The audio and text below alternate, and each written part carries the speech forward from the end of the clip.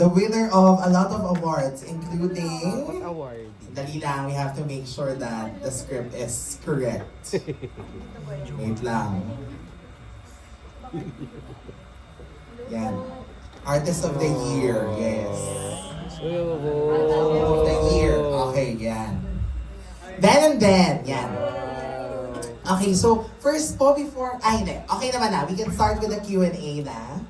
So, yan. Meron din po kung someone wants to sit here. Pwede naman, yes. Lingi mo kami. Okay, kaya naman. Okay. Alright, first question is coming from Tita Ian Lee, one of our content creators.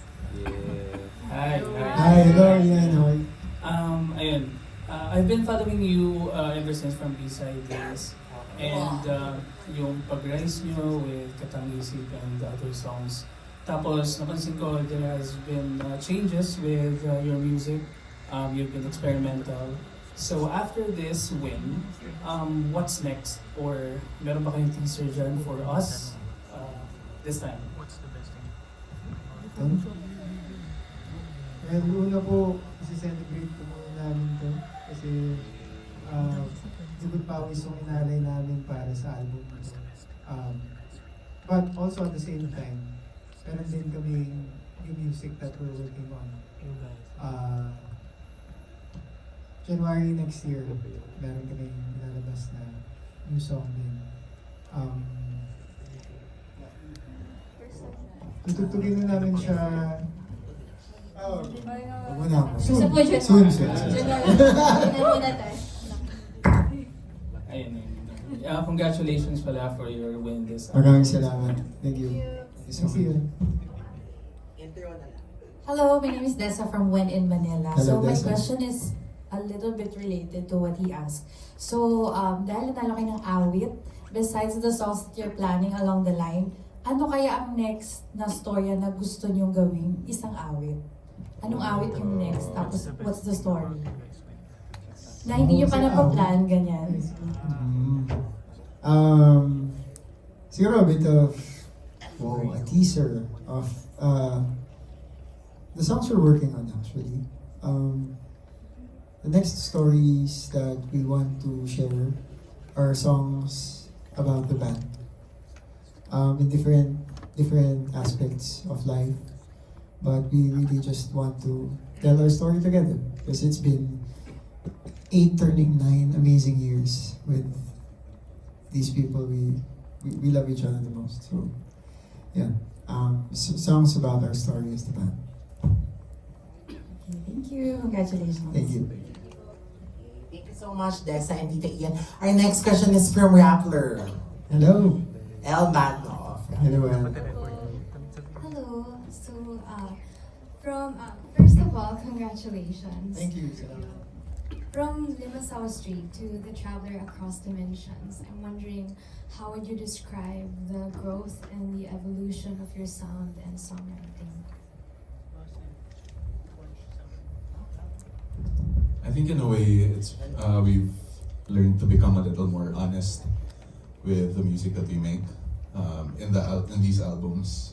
With each release that we've had in each album, tinatry talaga namin ilabas yung kung sino kami musically, what we wanna try to do, what it's written about our lives, our experiences, and yun yung.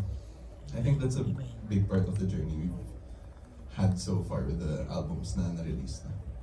I think the most you can do at any given point in time ay gamitin mo lahat ng nalalaman mo, lahat ng naranasan mo para gumawa ng musika na sa palagay namin we always try to do our best na totoo siya at saka totoo siya sa mga nararamdaman at nararanasan at naiisip namin dun sa given point in time na yun. So, nung Limasawa Street, we were starting out as a band first few years.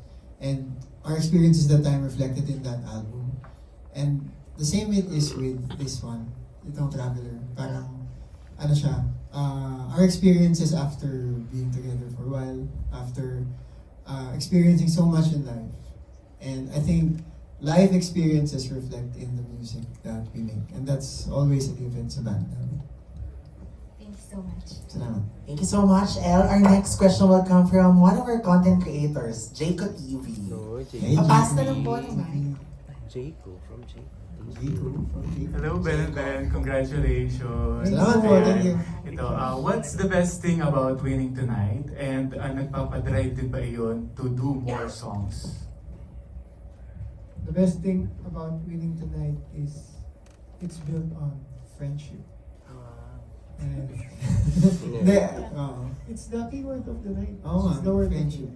Kasi, kanina, legit kanina parang, di talaga kami nag-expect tonight. I mean, and it's not a bad thing, to not expect. It's just more of, we're trying to, ang funny nga kasi kanina, nasa holding room namin. Tapos nag-usap kami, guys, kahit anong mangyari tonight, masaya ako na solid yung friendship natin. Tapos, parang medyo may undertone yun na tanggap na namin kung sakaling hindi kami manalo. Na kahit ano, masaya kami, di ba? And so to have won awards tonight, isa siyang sobrang unexpected surprise at wala kaming ibang pakiramdam kung hindi gratefulness sa industriya, sa mga kapwa musikero, sa mga sa bawat record label, sa bawat member ng PARI, at syempre sa bawat isang makikinig sa music namin. Pero siguro kung meron akong iiwan na message, kasi yun yung naging experience namin, hindi lang sa album na to, pero pati sa 8 years namin sa band. Ang dami namin pinagdaanan na mga challenges, mga life changes, pero kaya yung friendship kasi kung meron kaming isang hindi pinagpalit, yun yung pagkakaibigan namin. And yun yung gusto naming iwang parang sana ma-inspire yung mga grupo na like yung mga banda, yung mga P-pop group, yung mga anyone who's in a team or in a group trying to achieve something. Never forget the friendship that made you come together in the first place and hold on to that when times are tough. Congratulations. Well deserved. Thank you so much. Thank you so much. Next question is from Ali of Push. Hello, I'm Ali from Push. So first of all, congratulations on winning those awards. Salamat. So aside from the awards that you've gotten tonight, nakita rin namin kahapon or nung isang araw na you're celebrating 3 billion streams on Spotify. So how do you feel on that milestone and how do you celebrate it? Tinanong kami kanina nun, tapos yung naisip ko lang talaga, grabe ang hirap bilangin ng 3 billion. Pero, ganun na yung mga taong na-reach namin at ng music namin, ganun na yung bilang ng mga puso na na-reach ng musika namin. So, wala kaming ibang nararamdaman kundi pasasalamat talaga kasi to be given that opportunity to reach many lives, malaking karangalan yun para sa amin. Yun.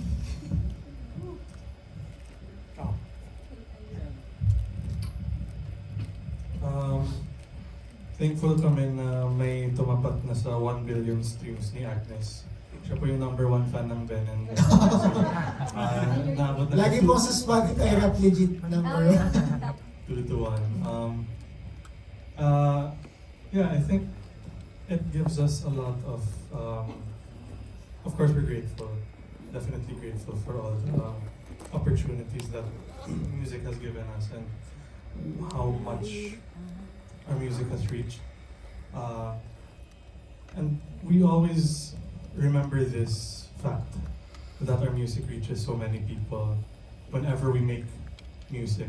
Kasi it gives us it doesn't give us, we end up having this sense of responsibility talaga. When we make music, when we create anything, na this will eventually reach a lot of people. What do we do? What do we say? What messages do we want to impart with people? Because it's always something that you can either choose to care about or not to care about whenever you make any piece of art. And that's why we find purpose in creating music na totoo, not just to our story, pero what it means to be human, na we're not static creatures, we're not the same year after year. We change, we grow, we learned so many different things about what it means. Siguro yung nasulat namin 5 years ago isn't exactly the same way we feel right now, but it has grown, and the music that we will continue creating is a reflection of what we've learned, what it means to grow up, what it means to get older, what it means to be a human in these very, very weird, strange times na ang daming nangyayari sa mundo. And 3 billion is a big number that I think we should remember just how significant billions are, what you do with that information, and that to you. Thank you. Yan. And our last question is from Juliet Rocha of Philippine Star. Hello, hello. Congrats po, hello po again. So, nabanggit niyo po kanina yung importance ng friendship sa inyong band, na more than bandmates, kayo po ay magkakaibigan. Meron po bang point sa life niyo na na-challenge po yung friendship niyo and bilang bandmates, and paano niyo po siya na-overcome? Sa palagay ko, I think every single day. hindi mo kasi masasabing totoong magkaibigan kayo hanggang hindi kayo dumaan sa totoong pag-aaway. At palagay ko, dami namin, di ba? So parang, pag 9 factorial. 9 factorial yung mga away namin. Parang, kumbaga, ako naka-away ko na siguro lahat dito. Tapos siya naka-away din niya lahat dito. Tapos parang, kumbaga, marami kaming conflict, marami kaming na-resolve. At dahil doon, masasabing tumibay talaga yung pagkakaibigan namin. Imagine nyo guys, tumira kami sa isang bahay ng halos 2.5 years nung pandemic. So, makikita mo talaga lahat. Wala kang matatago kasi nasa isang bahay kayo. Pero lahat siguro marami pa kami pagdadaanan, pero marami na kami napagdaanan. At dahil doon tumibay talaga yung pagkakaibigan namin. And I'd like to really stress that this kind of relationship of friends and testing the limits of friendship, it exists in every relationship that's worth keeping and worth choosing, like what we say in our songs all the time, every day. It's a daily choice. If it's not a choice one day, ouch. Pero you keep trying. You keep trying. Awit. Award. So yeah, it's a daily battle, but it's also a daily choice of continuing and choosing to love despite any kind of struggles and hardships. Yes. Dahil nga last question yun, siguro bago kami magtapos, gusto lang namin, gusto lang namin magsabi ng sobrang nagpapasalamat talaga kami for this recognition. It means a lot to us, especially for this album. And the friendships, the fights, the tears, the hard work that it took to be able to bring this album to life is something that we'll keep in our hearts forever. And we also want to honor lahat ng naging bahagi ng paggawa ng album na to, ang record label namin, ang lahat ng producers, ang management namin, everyone. And of course, pinaka at the center of it all, si God. Yes. Jesus Christ. Maraming salamat po. Thank you everyone. Yes, I think that ends our night perfectly. So, congratulations again, Ben and Ben. And before we end, no, photo na lang sana for everyone. Sorry, you were about to say? Okay lang. Okay. Ah, Sige, dito po tayo, no? sa center na lang with your awit.